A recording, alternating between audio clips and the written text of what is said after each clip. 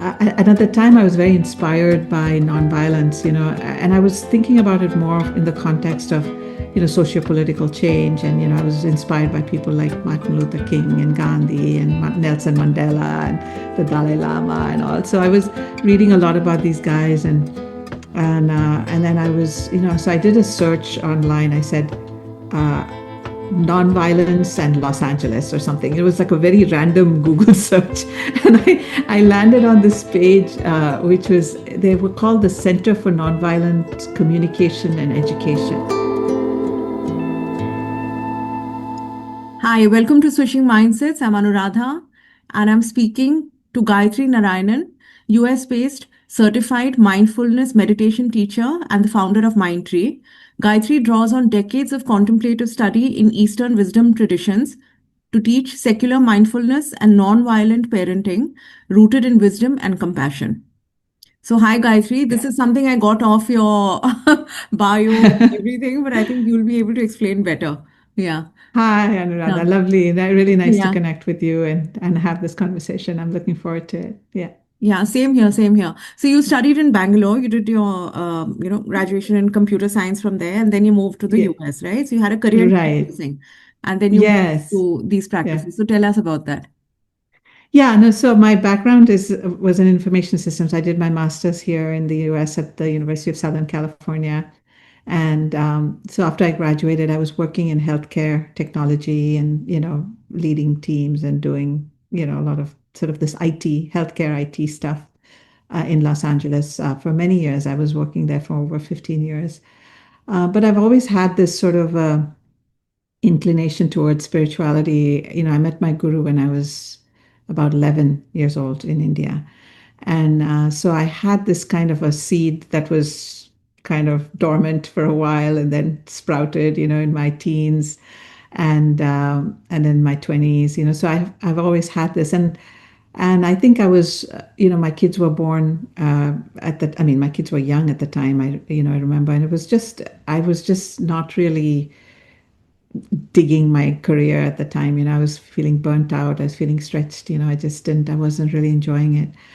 And so I quit my job, not really knowing what was next, but I knew that I wanted to see how I could share some of these teachings and practices with others and how I can develop my own spiritual path. And so I quit my job, and then I did a random Google search. I said, and at the time I was very inspired by nonviolence, and I was thinking about it more in the context of, socio-political change. And, I was inspired by people like Martin Luther King and Gandhi and Nelson Mandela and the Dalai Lama and all. So I was reading a lot about these guys, and then I was, so I did a search online. I said, uh, nonviolence and Los Angeles or something. It was like a very random Google search.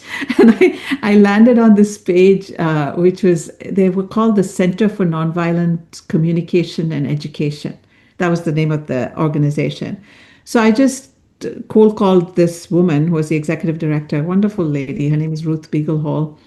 And so I called her and I said, "Hey, can I meet you? I just quit my job, and I'm very inspired by this idea of nonviolence, and and figuring out how to resolve conflict without violence. And especially it was after 9/11 and all this kind of craziness that was going on here. So I just made an appointment with her, and then so she said, "Oh, we teach nonviolent parenting." So I'm like, what is that? Like I said, Yeah. is there any other kind of parenting? Like, what do you mean nonviolent parenting? Yeah. And then so then she started explaining, and she framed nonviolence in a very broad way. She said, anything that hurts the body, mind, spirit, and heart of a being is violence.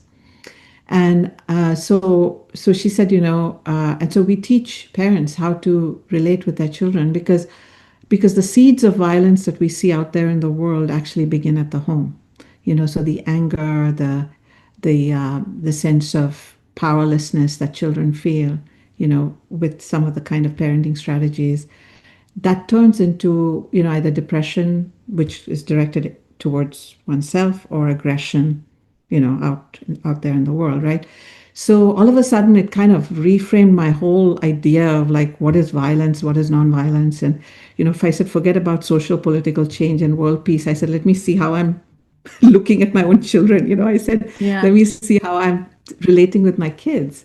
And so she said, oh, we're just starting a year-long training program for parent educators, and I can give you a scholarship. Do you want to join this program? We'll teach you the curriculum and also teach you how to teach it. So I was like, what the hell? I was like, I'm without a job. I'm like, I might as well do this. Yeah. And so that's kind of how it started. And then I kind of wove in some of the other components of mindfulness into that curriculum, and I started teaching parenting classes. And then I got certified to become a mindfulness meditation teacher. I started doing more retreats, more sort of silent meditation stuff. And then I started teaching mindfulness. I also teach Advaita, Vedanta, and my guru's teachings of yoga and Advaita. So I have classes, different kinds of groups and classes. Yeah, but that's kind of been my arc of, how I went from tech to this kind of work. Yeah. Yeah, yeah. I saw on your website that you've been holding a lot of study circles, Yeah. right? Yeah. Yeah. Yes. Hmm. Yeah. Reading various Yeah. texts, etc., even Gita and various things. Yeah. Exactly. Yeah, Yeah. exactly. Yeah, I started that like in 2015. So I use some of my guru's commentaries, and we just meditate, we read, we contemplate these texts. So it's very nice because it's like everybody's uh, contributing their thoughts, their experiences, and it kind of brings out the richness of the text, and also makes it sort of more accessible in terms of how do you apply this into your own life, as opposed to just reading it as a philosophy. So, yeah. Yeah, that's great. Tell me about your guru. You mentioned your guru a couple of times, and you met your guru at the age of 11. So, how Yeah. did that happen, and what is Yeah. for you? Yeah. So his name is Guru Nitya Chaitanya Yati, and he passed away in 1999. So it's been some years since his samadhi. But I met him in my grandfather's house because my grandfather, uh, he was living in Coimbatore, which is at the foothills of, Uti, right? Like, Yeah, yeah, I've been there. Fernhill. Yeah, Yeah. yeah. Yeah. So, my guru's guru, Nataraja Guru, was a friend of my grandfather's. So he used to come and visit my grandfather. Whenever they traveled down from Uti, they would stop at his house, and the disciples and everybody would come, and my grandmother would feed all of them, and then they would go off to Kerala or whatever. So my grandfather's house was kind of a hub where people would stop on their way to Uti or back, and he was also very interested in the philosophy of Narayana Guru. So Narayana Guru, you might have heard of him. He's a pretty well-known saint from Kerala. Right. So his disciple is Nataraja Guru, and Nataraja Guru's disciple is my guru, Guru Nitya Okay. Chaitanya. So when I was about 10, we had gone on holiday to Coimbatore, and he was there.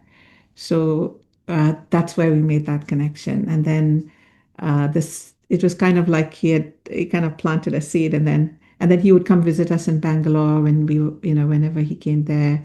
And he was like a grandpa to me at the time. I didn't really understand who he was and what he was about. And I just saw him as this really wonderfully compassionate, loving, wise grandpa. And he would tell me stories, and I would just watch him. But I think as I got older, I was like, I could see that, he had something. He had a way about the way he lived, and just how loving he was to everybody, and just he had such a profound way of teaching and the wisdom that he was talking about. So then I got intrigued. I was like, okay, I want what he has. I was like, I want to learn what he, Yeah. I want what he has. And then I stayed in the Gurukula with him for some years. No, not years. What am I saying? For a few weeks, like 2, 3 weeks, and then I got more interested. And even after his passing, then I started studying his texts more deeply. And Yeah. yeah, So so this as I got older, I continued. could see Yeah. Sorry, go ahead. I said this continued even while you were pursuing your corporate career, all this study is happening. Absolutely. Mm. Yeah. That was always in the in the background of my life. Yeah, yeah. I was always very uh, inclined in that direction, of meditation and yoga and study and reading and uh, practices and stuff like that. So, but I couldn't really, I mean, I did have a practice going even then, but I think I was able to fully kind of deepen that after I quit my job, and then I started kind of spending more time in my Yeah, spiritual yeah. path. Yeah, Absolutely. I guess you were ready for it at that time. yeah, Go deeper. definitely. Go deeper Yeah, then, go yeah. deep. So Yeah, tell me about the definitely. various systems that you combine, and the various texts and, philosophies that, inspire you and, inform your teaching that you do. Yeah. Yeah. So definitely my guru's lineage is rooted in Advaita Vedanta, right, which is the non-dual philosophy, and of Narayana Guru. And Narayana Guru was he was in some ways, like, I would call him like a spiritual revolutionary, because he kind of took the sort of the orthodoxy out of the Advaita, like, in terms of uh, the he kind of made it uh, he made it so uh, completely non-dual, in the sense of, cutting through all the extras and just going directly into the heart of the teachings. So he wrote it in beautiful verses in Malayalam and Sanskrit, and so anyways, but of course, to understand what he was saying, I needed a commentary, right? So that's when my guru's commentaries and stuff came in really handy. And then I did some study and writing and all of that. And anyway, so Advaita Vedanta is one line. And then, of course, yoga, which is Patanjali's Yoga Sutras and all of that. That is another school of philosophy that I was exploring. But then I landed into Buddhism, because I went and did a silent retreat at one of these retreat centers here, which is so a lot of these Western Buddhists, who went to Thailand and India. I don't know if you know the names, like Jack Kornfield and Sharon Yeah, yeah. Salzberg and Hmm. Joseph Goldstein and those guys. Right. So they've all got these different, meditation centers here, and they've made the Buddhist teachings uh, accessible to the Western audience, right? Western world. And so somehow, anyway, I landed up doing a silent retreat there. And then I got really interested in the Buddhist teachings and just uh, the simplicity, but also uh, but the great sort of efficacy of it. Like, if you just uh, practice being present with your breath, it can take you all the way to such deep understanding and ultimate liberation and ultimate enlightenment. I was like, wow, that is, it's such a profound idea. But of course, Yeah. it's not just, the breath. It kind of opens you up into the different dimensions of your own consciousness. But then I started studying with these Buddhist teachers, like, and I started going to these retreats, and then through that, I got certified to become a mindfulness meditation teacher through Jack Kornfield and Tara Brach, and they had this 2-year program, and I was trained actually to teach secular Buddhism. So it was not going into the canonical texts and so on, Yeah. but really making it more accessible without the Buddhist taking the Yeah, yeah. Buddhist Hmm. out of the teachings, but also just making it accessible. Yeah. So a lot of And people Buddhism come is to a my very practical philosophy, actually. Yeah. very much, Yeah. very Because I'm much, also doing a certificate and course from Tibet House, and I'm seeing that, it literally tells you how to live, how to be. It's very practical, yeah, actually. Yeah. and very much rooted in just human psychology, right? Like, you Yes, don't need to absolutely. believe in anything, right? You Yeah, can you don't you have to. just Yeah. you just trust your own experience, which is Yeah. what I found really beautiful about the practices. It's like you don't have to believe in any kind of dogma. You don't even have to Right. believe in the Buddha. Like, you can do the practices, Yeah. and In fact, they they keep saying that, you don't have to agree with it. So yeah question it. Yeah. So yeah nice. Yeah. Yeah, I found that very refreshing. And so yeah, so then that's how I got trained in secular, how to teach secular mindfulness. But at the same time, I also continued to study Buddhism itself, so some of the Satipatthana Sutta and Anapanasati Sutta. And now I'm getting really interested in Tibetan Buddhism, which has been wonderful. I recently met this wonderful teacher, Anam Thupten Rinpoche. So I've been studying with him. And so I'm kind of like a spiritual, I don't want to say vagabond, but it's like because my roots are still very strong in Advaita, but I just love exploring these different traditions and uh, you know, uh, yeah. So that's been sort of my Yeah, no, path. I can understand because, I mean, you of course have been, I mean, you studied computer science and you're a tech person, so, you've always been studious, I'm sure. But for somebody like me, I was never very studious. But even now, once you get started, you can't stop doing all these Yeah, courses, mindfulness, and, even I've been doing all of that. And it's just very difficult to stop because it's so interesting. And it's so lovely. Yeah, yeah, it really gives you tools to navigate life, really. So it's really yeah, addictive. Yeah.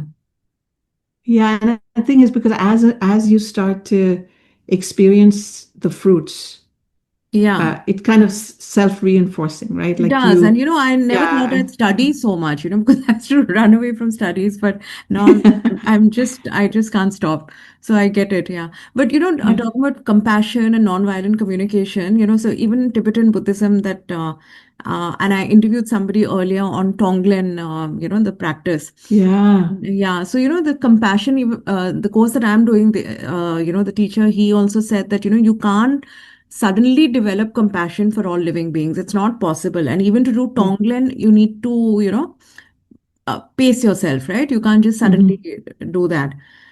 So what is compassion really? And like I told you before we started the call, that is it something that we have to learn?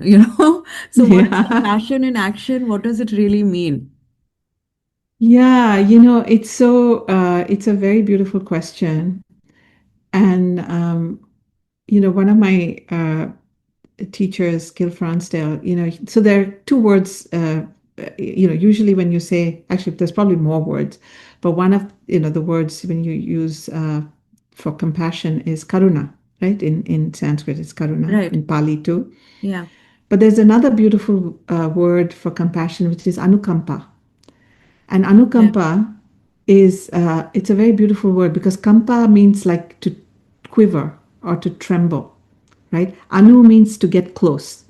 So when you say anukampa, it's like your heart is quivering with the pain or the suffering of another being. It's like you have to get close, Yeah. right? You have to get close enough to be able to feel into another person's reality and experience.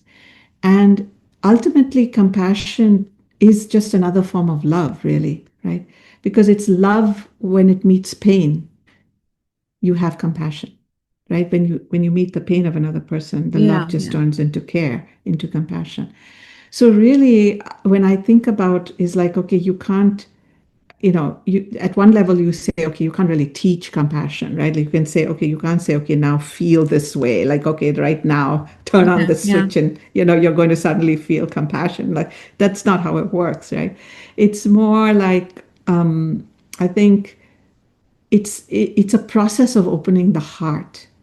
So the practices themselves, like if the just the mindfulness, right, just the act of being aware and being present with life as it's happening within yourself, right, that opens you up to your own dukkha, your own suffering, right, and as you get close to your own suffering and you can feel the reality of it and be really open and present for it, you naturally there's like a sort of there's an outward directed feeling of like, oh, this is how somebody else might be feeling too, because now I know what it feels like to feel pain or to feel sadness or to feel grief or to feel anger or fear, right? Because these are all universal human experiences.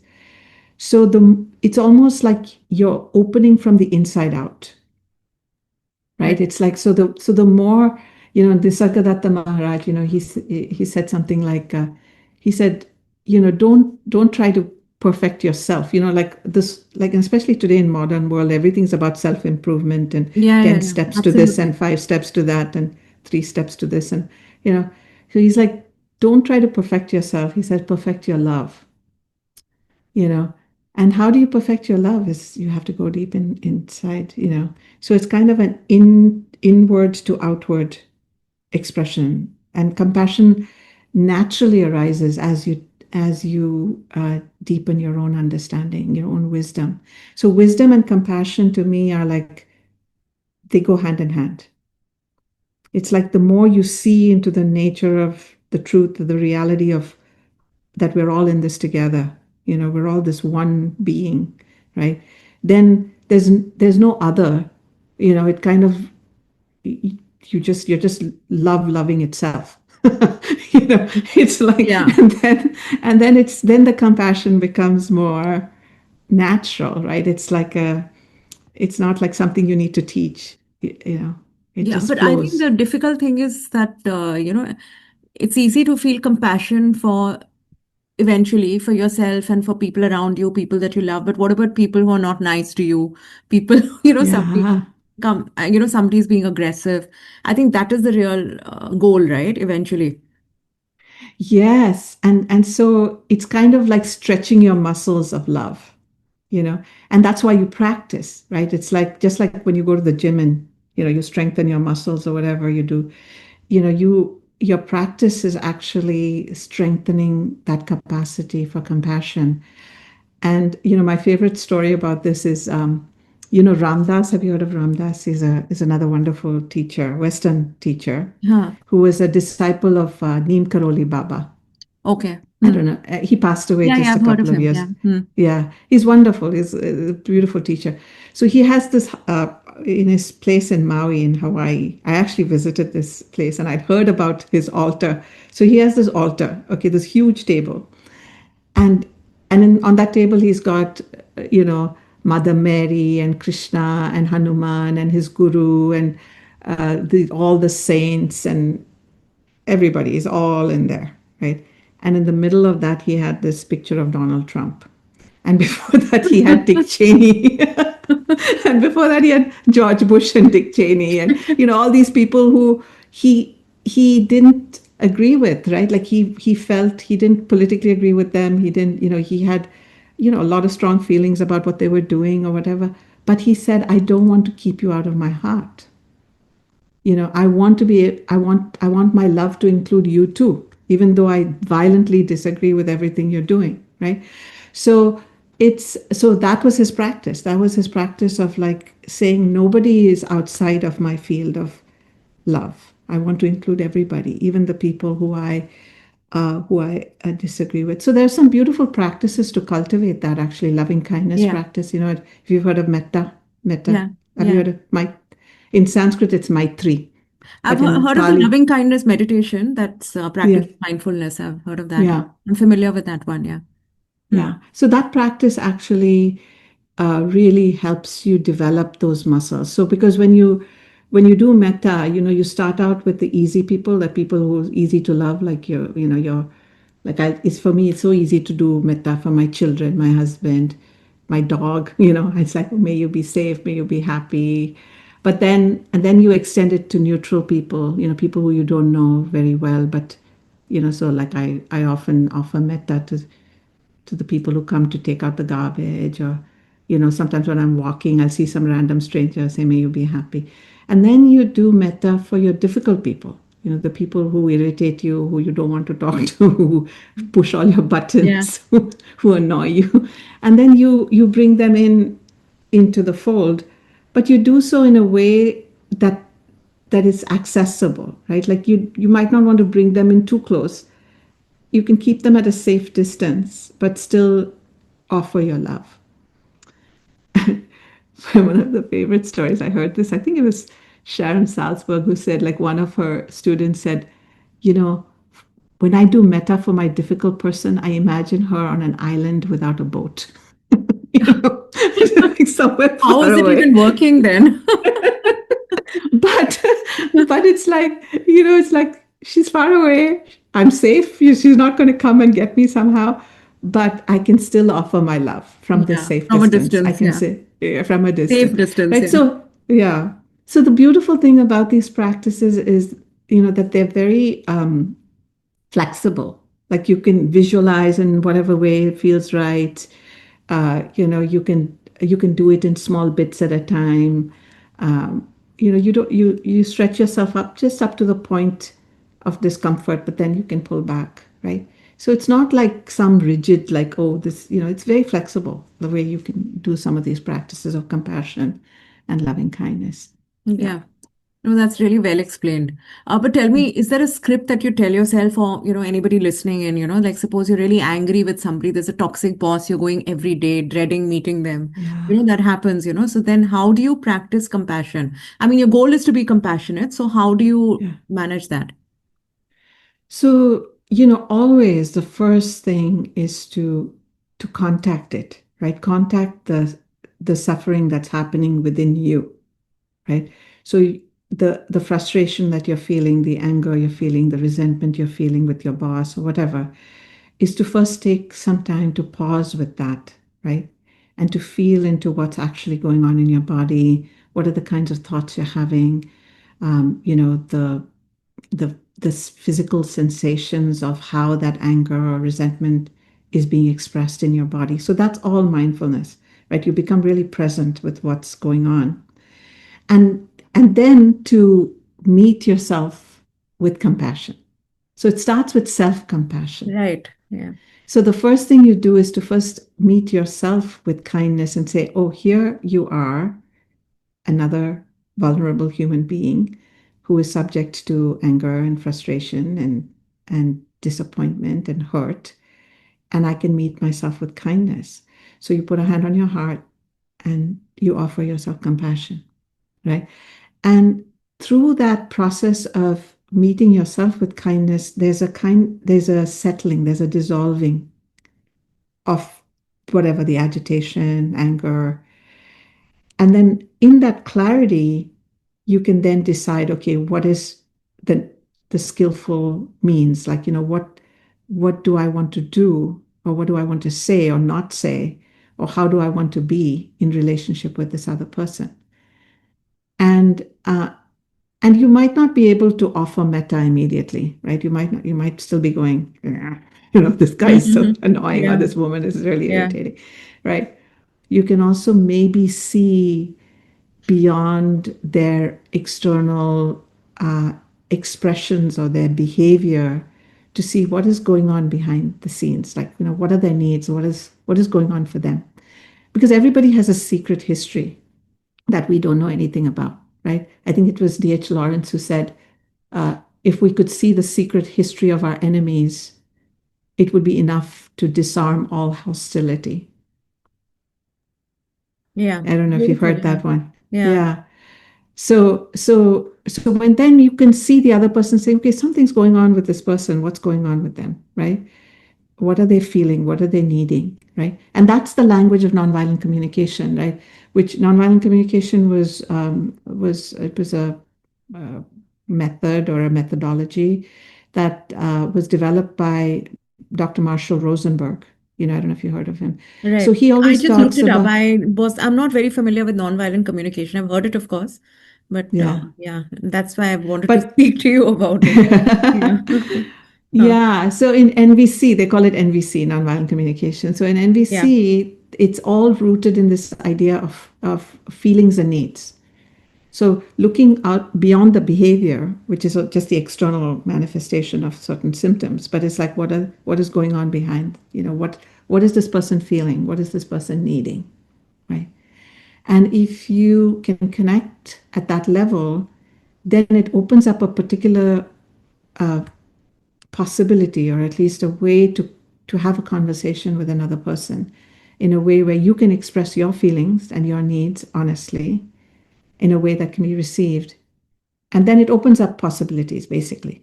You know, you don't go in with a scripted conversation. It's more like you start where you are and open up to that, be present for the other person, right? You be open to what's happening with the other person and try to empathize and say, okay, is this what you're feeling? Is this what you're worried about? Are you concerned about whatever your job? Are you scared about this? So connecting with the human aspect of the other person, which then can open up to solutions, negotiations, all kinds of things can open up, right? But usually what happens is we're kind of stuck in our own corners because we see the other person in a particular way. It's like he's the toxic boss, right? And we've projected this whole identity, reality onto this person. And it doesn't leave room for us to see anything beyond the toxic boss, right? So even if that person was nice 80% of the time, we focus on the 20% of the time when he was a jerk, right? So it's like, so you're kind Yeah, of yeah. We tend to reinforcing do your that. narrative. Yeah. So you're reinforcing a Mm. narrative to fit in with your model of what you want to see. But with presence, with mindfulness, with this kind of way of being with another person, you can kind of dismantle some of those models and create new possibilities in a relationship. Yeah, I think something shifts when you start being different from inside, right? Mm-hmm. Something shifts and you automatically start looking at things differently. And I mean, I think so. I don't know. Yeah, Yes, yeah, for sure, for sure. yeah. I mean, and not only that, it's kind of like when you shift and you're talking to somebody else, they shift, Right. right? Absolutely. Right. They absolutely shift. It's like Yeah. when your energy shifts from one of confrontation to one of receptivity, immediately the other person relaxes. Absolutely. It's like magic, actually. That's true. It Yeah, happens. yeah, yeah, So, yeah. yeah. Yeah, so definitely, all of it is really from the inside out. you know it's because trying to fix our world to fit uh you know fit us is an impossibility. We can't do that. It's like playing whack-a-mole, like you fix one thing, something else will Yeah, yeah. will will pop up, right? Yeah. So it's more about uh what do you call, I don't know the word. It's like to bolster and strengthen and uh, from within, Yeah. right? Be more resilient, I guess. Resilient, yeah. Yeah, And yeah. the resilience comes from that wisdom, from that Yes, understanding, right? yes, yes. Yeah, So yeah. wisdom you're mentioning, so what is wisdom really, What does wisdom do for Ha. you? Yeah, no, like what is it done for you? Do you feel wise? What is wisdom really? I don't know if I can say I feel wise, but Yeah, I can say, that it's kind of like your lens changes. So even if the world is the same, we know as you grow in understanding, the way you see it is different, and and that's what wisdom does. It's almost like polishing your lens, or like getting your good pair of glasses or something. Like you start seeing. You start seeing beyond just surface appearances. And so because you develop a way of looking and seeing, uh, that it kind of shifts in such a way that you suffer less. right. And it's really ultimately about your own liberation, your own And that's what freedom. Buddhism says, right? It's about Yeah. reducing your suffering, really? Yes. Yeah, It's all about, it starts with yeah. dukkha and it causes of dukkha, Yeah, and yeah. the way out of it, right? So Finding joy and reducing suffering. Yeah, suffering. Yeah. yeah, yeah. So I think wisdom opens us up to that, opens us up to joy, it opens us up to love, it opens us up to compassion, it opens us up to uh, inner ease Yeah, and beauty, yeah, like, just seeing the world through like the lens of like everything is divine and beautiful, right? Like that, if you see life that way, it's like it's a completely different way of looking at everything. And yeah. all of a sudden your heart just overflows with gratitude, and things like that. So that's That that's comes what with was meditation, mindfulness, practicing compassion, all of that. I guess you look all at of that. somebody, like you said, that, and that person he may be aggressive, he may be, your enemy in the moment, but you see beyond that to their suffering, what's going on with them, their secret Yes. story, as you said, right? So if you Yeah. practice all of it, then it leads to wisdom. Yes, Uh-huh. exactly. It Okay. really does. It really, and I think wisdom is like, it's really like it's like a, what do you call it? Like a Blossoming, huh? flower blooming. Yeah, Yeah, yeah, blossoming. That's the word. yeah, It's gradual, and sometimes it can be sudden, right? Like you can have like a deep, sudden insight into the nature of something, when you're meditating, right? And sometimes it can be very like big blasts, and sometimes it's just this sort of gradual opening up. But either way, it changes you. It changes your landscape, your inner landscape, and by which your world also changes, right? yeah, So that I find that to be a very compelling reason to invest in your inner life. yeah, There's a very beautiful story I'll share, which I heard from Pema Chodron, who is a wonderful Tibetan Buddhist teacher. She told the story about this young monk. All these Buddhist stories have a monk and yeah, a yeah, master, right? yeah, so, yeah, so this young monk, he's walking across this forest to go see his master every day. And he walks barefoot on this forest, and he's like, he's complaining every day. It's like, oh God, it's so hot, and there's all these thorns and the rocks, and my God, blisters under my feet, and it's so annoying. This forest is terrible, and I have to see my master every day. He complains, and anyway, so he goes to his master one day, and he says, "Listen, walking across this forest is really it's troublesome. I can't do this. I'm going to spread leather across every inch of this forest so that I can walk comfortably on it, and my feet won't hurt." So of course the master says, "Well, why don't you cover your own feet with leather? In other words, get some shoes, and then you can walk anywhere comfortably, not just in this forest, right?" So I think of most of the time, I think what people are trying to do is spread leather, like everywhere, like meaning, fix everybody, like fix my yeah. wife, fix my boss, fix my husband. The temperature has to be just right. The traffic has to be just right. And then I'll be happy, Very right? true. I have to have the right job. I have to have the right house, the right amount in the bank account. And then I'll be happy. So you're always postponing your happiness. You're always postponing your happiness.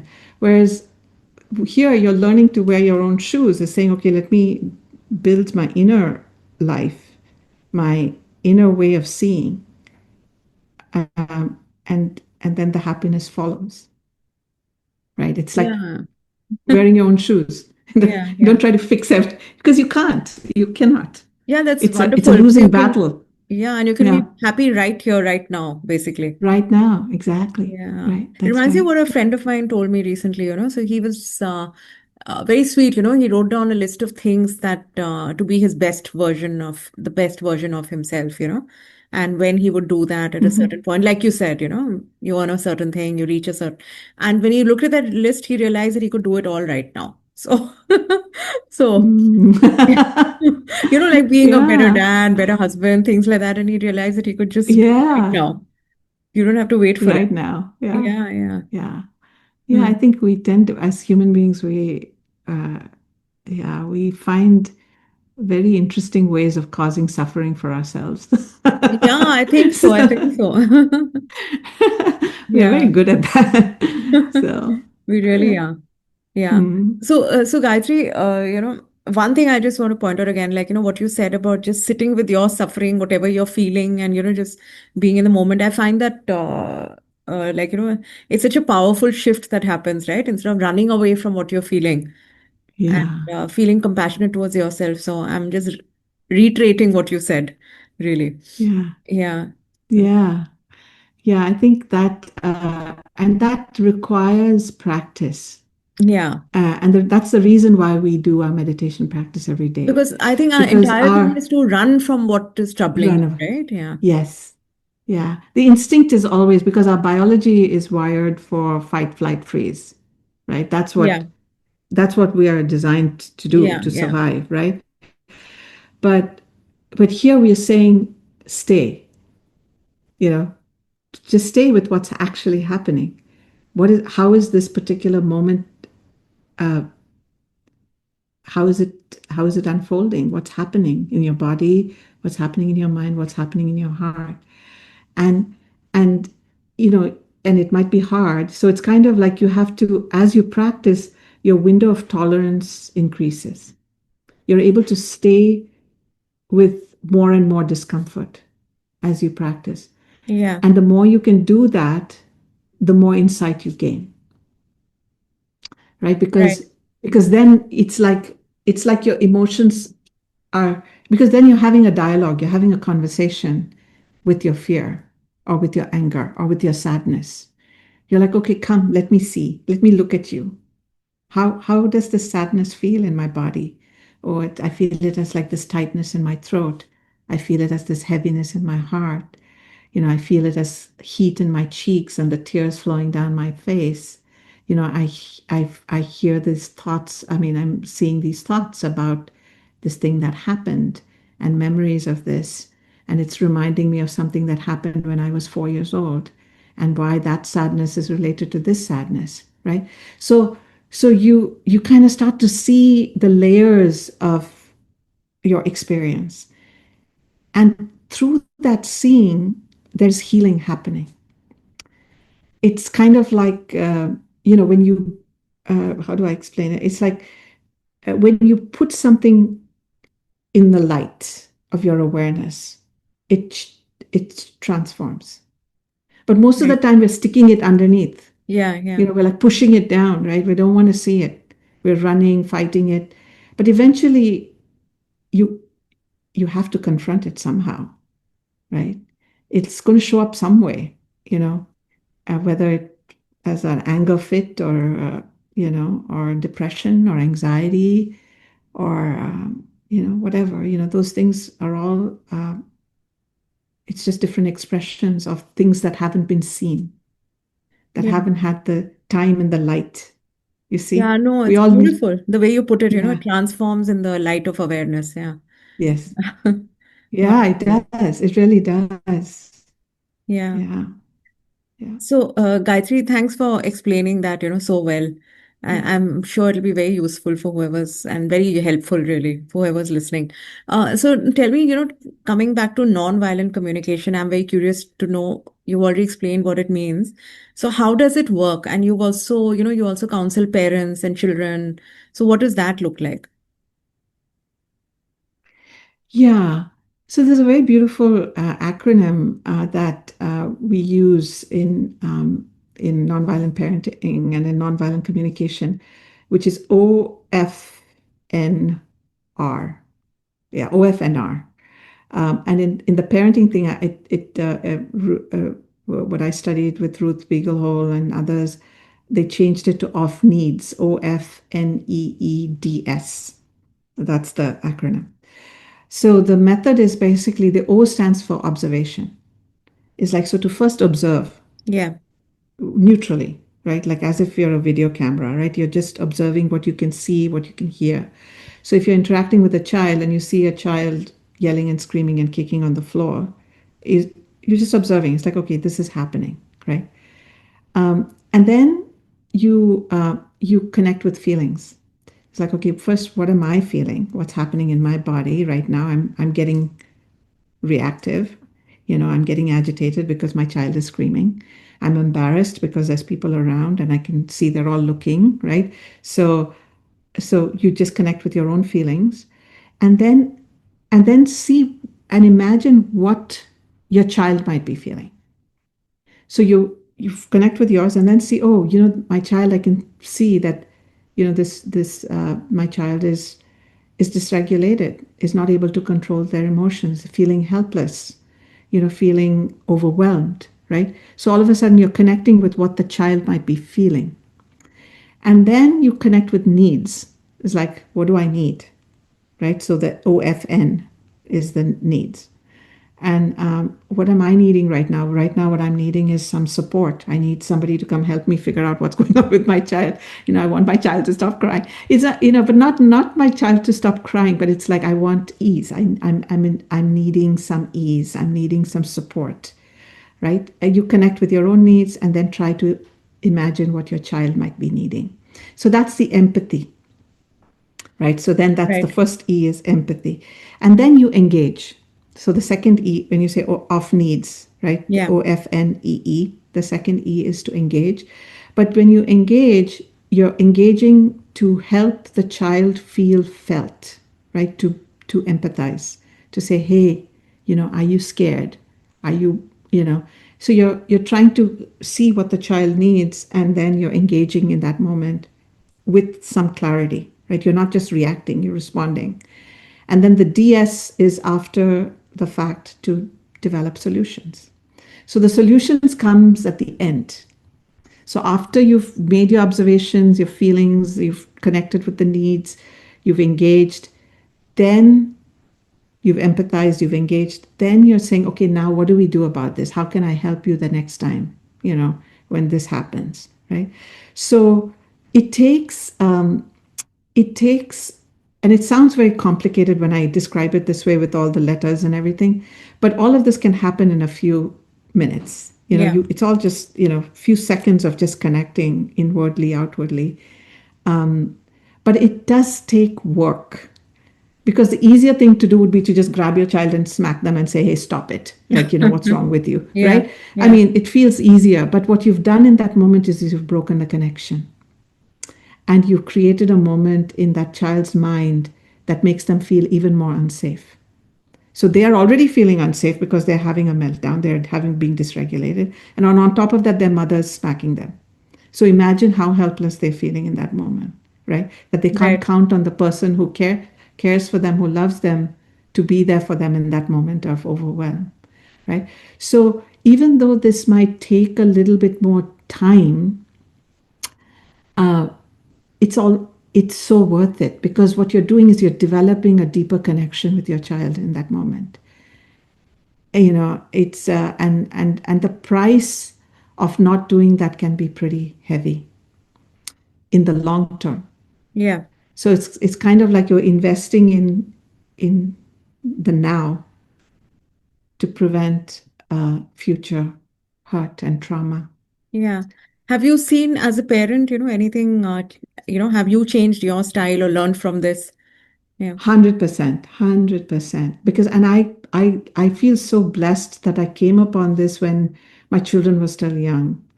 My daughter was 4, my or 3, and my son was about 7. And it's not that I was this kind of parent that was beating my children up Yeah, or yeah, of anything like course. that. Yeah. Even before that, but it just completely changed the way I was relating to them. And of course, there are times when I lose it, I say the wrong thing. But using these methods, you learn how to heal, like how to go back and look at an interaction with your child that was toxic, like, where you lost it and they lost it. But to be able to have a conversation about feelings and needs, right? So it's a kind of a highly emotionally intelligent conversation if you know how to speak in that language of feelings and needs. So, what you're doing along the way is you're developing your own emotional intelligence and the emotional intelligence of your children. They know how to articulate and connect with their own feelings and needs because that's the language we speak. Yeah. And they learn to do that, I suppose, once you start speaking to them. Yeah. Exactly. And I can see how that has impacted my children now as they're adults. So my daughter is now 19 and my son is 23. And I can see how they've become the adults that they're becoming. And I'm so grateful that I came upon these practices early. And they are very compassionate, loving beings themselves. Yeah. Meaning they know how to be with others in a loving way. So what you're doing is you're as a parent you're kind of creating the adults of the future, right? And so it becomes important to see how you are with them, because that's what determines how they become. Yeah. And I guess children get that confidence that, this is safe space, and they get the confidence that they will be heard when they speak up. Exactly. Right? Yeah. Yeah. Yeah. To be felt, to be heard, to be seen, to be understood, to be accepted. That's what, to be loved. That's what all of us want. We all Yeah. want that. Yeah. And, uh, and so when you reflect that to your children, they learn to reflect that to others too. Yeah. So, Yeah. Gayatri, does this work the same way with adults as well? The off needs like formula, Yes, for the lack of a absolutely. better word? Absolutely. Yes. Okay. Yeah, absolutely. For the original acronym is just OFNR. So Right. observations, feelings, needs, and requests. So Okay. the R is request. So when you're interacting with an adult, it's like, making a request, uh, as opposed to a demand. Right. Marshall Rosenberg makes a distinction between requests and demands. And so, yeah, it absolutely works in any interaction, in any communication. Yeah. Could you give an example of like with an adult, how do you make a request rather than a demand? Because even a request can end up sounding like, emphatic or aggressive. Yeah. Yeah, like let's say, what's an example? Let's take a simple one. Yeah. Uh, let's say, I don't know, let's say your husband is, takes off his shoes in the living room and puts the socks in the living room. Okay, and you don't like it because it's annoying. Like you want him to put the shoes and the socks in the right place. I don't know. I'm just using a very Yeah. simple example, right? So, in the language of, and it sounds very kind of contrived in the beginning, but you have to kind of develop your own rhythm with that language, right? So it's kind of like you connect, you first observe, right? You're Right. just making observations. You're not saying, oh, you always do this, and why do you always do this? And it's so irritating. We're not making judgments. We're not doing, it's just saying, hey, I'm noticing that every day when you come back, from wherever you are and you come into the home, that you take your shoes off in the living room and you leave the socks there. I see that happening. So that's an observation. So that's an observation. So he cannot argue with that, right? Because it's a clear observation. Yeah. I'm not making any personal accusations. I'm just saying, I see this. And he says, yeah. So I was like, oh, I'm wondering if it's because you're tired and you just want to get comfortable quickly and you don't want to take the time to put the shoes away and you want to go in front of the TV as soon as possible so that you can relax. Is that what's happening? Like what, what's going on? Like why, so you're just trying to connect with what's their realities, like why, or do you find it cumbersome to do it, or is it, trying to connect with what's going on for them.